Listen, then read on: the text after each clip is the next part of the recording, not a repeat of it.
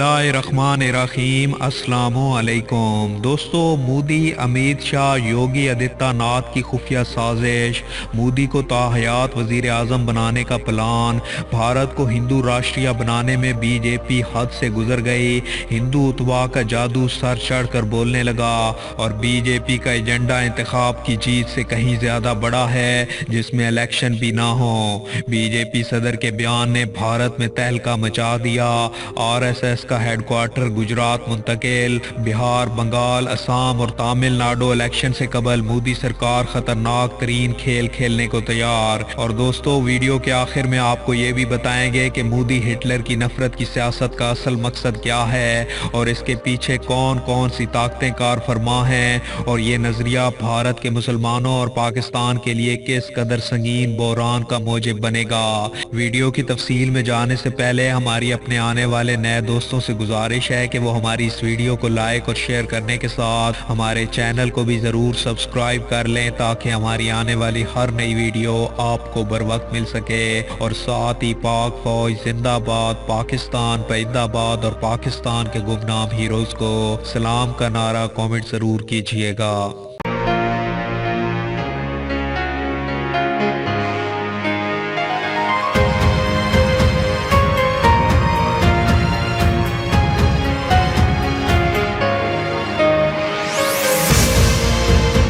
दोस्तों, मोदी को भारत का ताहयात वजीर आज़म बनाने का प्लान तैयार। अमित शाह ने साफ साफ बता दिया कि हमारा नज़रिया इलेक्शन में हार जीत से कहीं ज़्यादा बड़ा है। हमारा मकसद भारत को हिंदू राष्ट्रीय बनाना है। हर हिंदू भारत को हिंदुत्व रियासत के तौर पर देखना चाहता है। बीजेपी की नफरत की सियासत इलेक्शन में तो नाकाम नज़र आती है, लेकिन परेशान होने की ज़रूरत नहीं। एक निज़ाम की जानिब हम जा रहे हैं जहाँ इलेक्शन का तस्वुर ही नहीं है। आप ही की हुकूमत होगी और साल 2019 के लोकसभा इंतखाबात में जबरदस्त अक्सरियत के साथ मोदी की जीत ने दुनिया को हैरान करके रख दिया। लेकिन मोदी के वजीर आजम बनने के बाद भारतीय जनता पार्टी को एक के बाद 4 रियासतों में हार का सामना करना पड़ा। इन 4 रियासतों में बीजेपी का एक ही नारा था, राष्ट्रीय हिंदुत्व और मुसलमानों के खिलाफ नफरत भड़काने का ज्यादा से ज्यादा इस्तेमाल। इसकी कमांड सीधे वजीर आजम नरेंद्र मोदी और बीजेपी वजीर दाखिला अमित शाह के हाथों में थी, जबकि यूपी के वजीर आला आदित्यनाथ और कुछ मकामी रहनुमा मावन किरदार में थे। लेकिन पार्टी कहीं भी अक्सरियत हासिल करने में कामयाब नहीं रही, जो इस बात का वाज़ेह सबूत है कि भारत ने नफरत की सियासत को मुस्तरद कर दिया है। हरियाणा में पार्टी की कारकर्दगी सिफर रही और इसने आनन फानन में किसी तरह से भारतीय जनता पार्टी के साथ इत्तेहाद करके वहां हुकूमत की तश्कील की और महाराष्ट्र में नतीजा आने के बाद शिवसेना इत्तेहाद से बाहर निकल गई। यहाँ दुनिया ने सुबह होने से पहले देवेंद्र फडणवीस को चोरी छुपे वजीर आला के ओहदे का हलफ लेने का तमाशा भी देखा। हालांकि अजित पवार जरूरी अदादो शुमार तक नहीं पहुँच सके थे और झारखंड मुक्ति मोर्चा और कांग्रेस को जीत हुई। अब दिल्ली में आम आदमी पार्टी ने बीजेपी को करारी शिकस्त दी है। अक्सरियत हासिल करने की उम्मीद लगाए बैठी पार्टी को महज 8 सीटों से ही इत्मीनान करना पड़ा।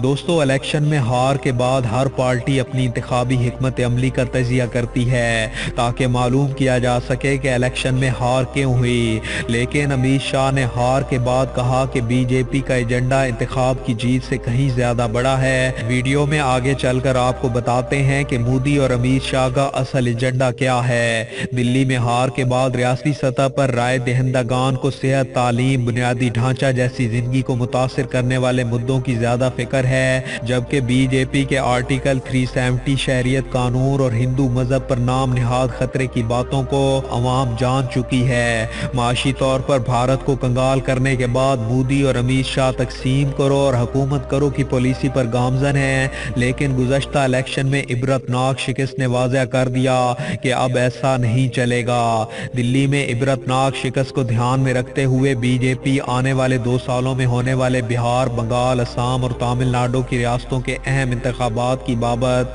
अपनी हिकमत अमली को नई शक्ल दे रही है और ये एक अहम सवाल है। लेकिन बीजेपी मुस्लिम दुश्मनी में जिस कदर आगे निकल चुकी है वो किसी भी सूरत ऐसा नहीं करेगी। इसके हामियों ने अभी से ही ये कहना शुरू कर दिया है कि 2020 दिल्ली में पार्टी को पिछली बार के मुकाबले में तकरीबन 3 गुना ज्यादा सीटें मिलेंगी और इसके रहनुमा ये दावा कर रहे हैं कि इसके वोट फीसद में 6% से ज्यादा इजाफा इस बात का सबूत है कि CAA को मरकज में रख कर चलाई गई मुहिम को अच्छी हमायत हासिल नहीं हुई। इसलिए पार्टी आने वाले महीनों में भी अपना रास्ता नहीं बदलेगी। मोदी के हवारियों की नजर से भले ही ये मंतक अच्छी नजर ना आए, लेकिन उसकी असली वजह कुछ और है। दोस्तों, कोई भी पार्टी अपने कामयाब फार्मूले के साथ छेड़छाड़ करना पसंद नहीं करती और ये मुमकिन है कि बेहद खराब मुजाहरा करने के बावजूद बीजेपी मुतमिन हो। इंतखाब जीतना बीजेपी और सिंह परिवार का वाहिद मकसद नहीं है। एक जीत काबिल खैर मकदम और मददगार होती है, लेकिन फिर भी ये आखिरी हदफ की तरफ बढ़ाया जाने वाला एक कदम ही है। सिंह इस बात को लेकर बिल्कुल साफ है कि वो कहां पहुंचना चाहता है और क्या हासिल करना चाहता है। ये मकसद एक हिंदू राष्ट्रीय और जिसको रियासत की ताकत, सरकारी मदद और दीगर पूरी तरह से कानूनी तरीकों के इत्तेफाक से हासिल किया जाना है। जमीन पर एक लगातार चलने वाली नफरत से भरी मुहिम इसमें मदद करेगी।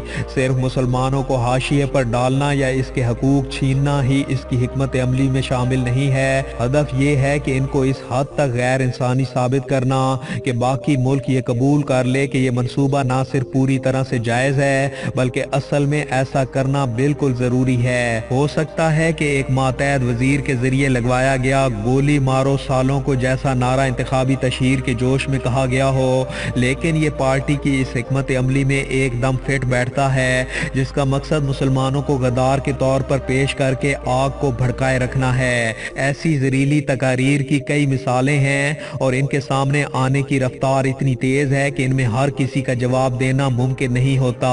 ऐसा ऐसा इनको ना सिर्फ नॉर्मल मान लिया जाता है बल्कि वो मेन स्ट्रीम का हिस्सा बन जाता है। कई अच्छे हिंदुस्तानी और ऐसे करोड़ों लोग हैं जो मुसलमानों को नुकसान नहीं पहुंचाना चाहते, लेकिन अगर इनके ज़हन में शक का बीज भी पड़ जाए तो सिंह का काम हो जाता है। जाहिर है ये आसान नहीं होगा क्योंकि हिंदुस्तानी हमंगी और अपने पड़ोसी के साथ अमन से रहने की कीमत जानते हैं। हम में से ज्यादातर लोग अपनी रोजी रोटी कमाने में इतने मशगूल होते हैं कि हमारे लिए इनके बारे में सोचना मुमकिन नहीं। हम मुहिब्बे वतन भी हैं और हमें बीजेपी से सनद लेने की कोई जरूरत महसूस नहीं होती, लेकिन एक लम्हा ठहर कर ये सोचिए कि हम बस 1 या 2 नस्ल के गैप में कहां पहुंच गए हैं। ज्यादा से ज्यादा लोगों के जरिए अवामी तौर पर खुलेआम फिरका वराना बयान दिए जा रहे हैं। नरेंद्र मोदी के हामी उनकी नफरत फैलाने वाली तकारीर, यहाँ तक कि उनकी हुकूमत की नाअहली के बावजूद उनके तय अभी भी वफादार बने हुए हैं। पॉपुलर कल्चर तशद्दुद अमेज कौम परस्ती को हवा देने में जिस तरह से खुश हैं वैसे पहले कभी नहीं देखा गया था।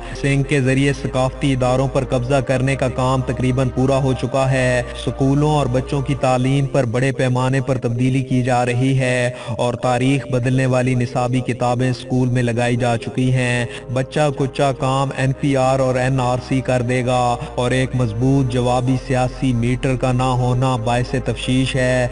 CPIM को छोड़कर बहुत कम सियासी पार्टियां हैं जो मजबूती के साथ हिंदुत्वा और यहाँ तक कि CAA NRC कवायद के खिलाफ खुलकर सामने आई हैं। अरविंद केजरीवाल खुशी खुशी मुजाहरों से दूर रहे और उसको बीजेपी के जरिए बिछाए गए जाल में ना फंसने की हिकमत अमली के तौर पर देखा गया।